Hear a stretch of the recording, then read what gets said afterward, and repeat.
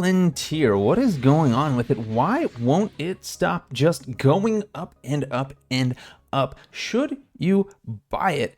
If so, what levels should you be watching to do so? And how should you try to enter this thing? Let's talk about all those things and probably a little bit more as we get into this video. But before we get going, smash that like button, subscribe if you've been with us a while and haven't done so yet, or you've just joined us and you like what you see, go ahead and hit that subscribe button anytime throughout the video. There's a little icon down there in the corner for that. Anyways, let's move into Palantir. So Palantir, why did it rise so sharply recently, and why did it do so again just now? So recently it was added to the S&P 500, which gave it a huge boost. It came out of the 30s, right? It was in like the low 30s, and it came out with the S&P addition, and it went up into the 40s, and then it ran again a little higher. And then this week, they announced that they are going to be shifting to the Nasdaq, and they're doing that on November 26th. They will trade under the same ticker, but the reason they're doing this is to be added to the Nasdaq, and then with hopes of getting into the Nasdaq 100, which would cause even more buying pressure on Palantir. We could see this stock trading next to giants like, Google, Amazon, Tesla, Apple, those sorts of stocks. This could be a future FANG company, or magnificent, whatever number you want to put next to it, company. Very possibly. So look at this pattern. So we were in this downtrend from 2021. It was brutal too. Look at that, all the way until September 2022. Then we went sideways until May 2023, and then it finally popped up and started going up and up and up and up. And now we're on this huge meteoric rise right now. And this is a weekly chart, by the way.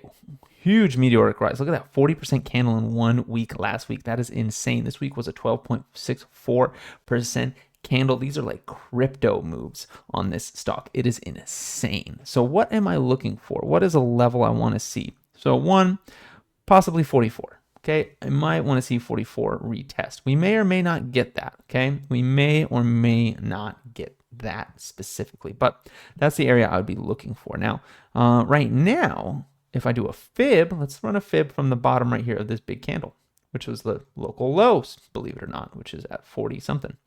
All right, right there. All right, so if we came all the way back down to 46, let me draw this a little better. If we came down to 46.50, we would hit institutional buying zone. Okay, so we might never see this white line again. We may never see that white line again. It's very possible. I would not be surprised to see $50 be an area that we bounce. But first, we're going to look at 56.53. So 56.53 is an area of interest that we would want to watch. So let's go back to the daily here. Get a feel for this. Yeah. Okay. So yeah, 56.53 is an area of interest to watch if we're going to go lower and maybe bounce. Below that, 53.59. Below that, 50.64. Below that, 46.45. Okay. Those are the areas, the levels that we're watching to the downside if it comes down. It hasn't been. I've been trying to run covered calls on this thing and honestly losing money on those covered calls because it won't stop going up. I started selling covered calls on this thing at $44 and it's at $65 now. That is insane. And I've been trying to catch that top there and it's just not working out so hot. So I've decided to just wait because clearly it doesn't care about being above the ATR band, doesn't care about hitting the top Bollinger. This thing just wants to ride. And if it came back down to the 21, which would be an average bounce, in my opinion, it'd have to come all the way back down to $52 in order to touch that thing before going off again. So that's the idea. Those are the levels, right? 56.53, 53.59, $50.64, and 46.45. Those are the areas on the way down. I'd be looking for a bounce in order to go up. The 21-day moving average gives us an area outside of those specific levels where it could bounce in between.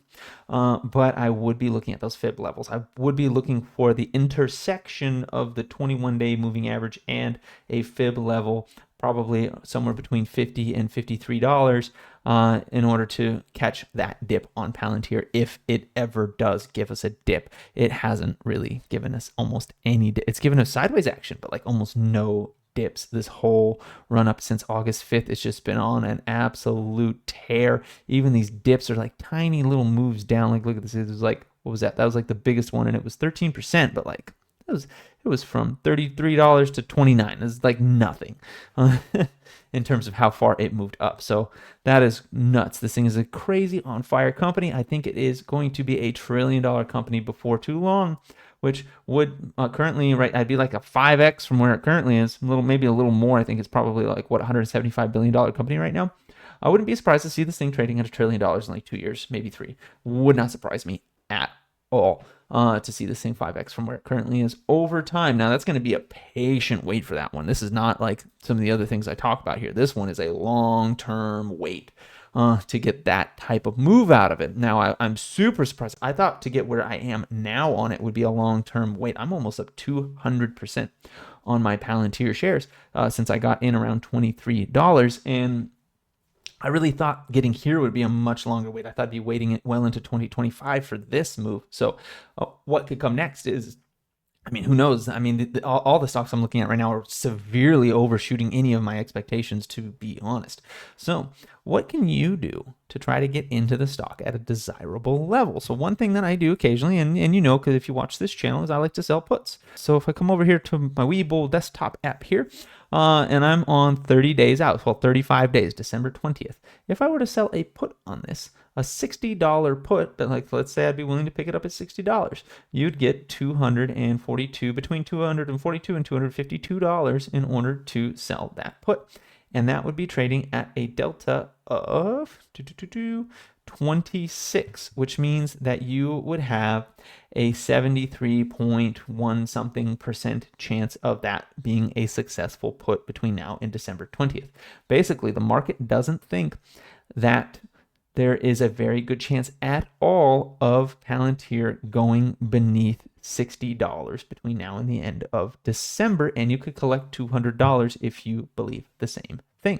If you go all the way down to 55, that is a 14% chance of success in terms of it going lower. So you're looking at an 85% chance of collecting between $115 and $120 between now and December at that 55 strike price if you were to sell that put. Now, you would need $5,500 to sell that put, but you would receive that $115 or $120 for selling it. You could look further into the future. Maybe you think it's going to keep going up for a while, or you think it's going to go up sharply and make the contract valueless pretty quick. You could go out to like maybe even a 3-month one, right? Like a 90-day one. And what are we looking at there? $55 gets you between $370 and $385 if you sold a February 21, 2025 put for $55. And that would mean that your effective cost basis would be under $52 a share, or a little over $52 a share after all that is said and done there. So if we come over here, yeah, and there is a 77% chance of success on that put. If you were to sell it for $55, market makers don't think that there's more than a 23% chance that Palantir will be trading under $55 between now and February. That's pretty good. What is it on 60? So you can make between $565 and $580 for a $60 put for February, and that looks like it's only a 69.65% chance of it being underneath $60 between now and then. So market makers are really thinking that there's a lot more upside to this thing than downside right now based on that. And if we look at the volume here, look at the volume. Like there's a put wall all the way down at 45, but like honestly, the put wall is really here at 60. Look, 3,400 contracts. And then after that, 3,422 contracts. I would expect hard bounces at 60 and 50 if price got there. And honestly, I don't even see it going below 55 because there's another 2,000 contracts sitting right there waiting to stop you from falling on Palantir if it got there. So let's take a look on the other side now. Let's see here on the calls. What's the call wall? Call wall every single $5. There's a bit of a call wall on that. So it may not drive much higher, but could stay sideways for a little while. Let's see the delta. Yeah, there's a 52% chance of it going to 70 between now and February, 44% chance of it going to 75 between now and February, 37% chance to go to 80 between now and February. So the market really does seem to be geared for Palantir to continue to go up. Personally, I'm going to wait a little longer. I'd like to see it test my levels here. If it doesn't, like if it closes a candle above the previous high right now of 65.75 and opens up a daily candle up above there, I would be much more inclined to say, oh, it's going to keep going. And then I'd be jumping on selling puts close to the money at that, like I've been doing with NVIDIA. Honestly, I've been selling puts really close to the money on that one.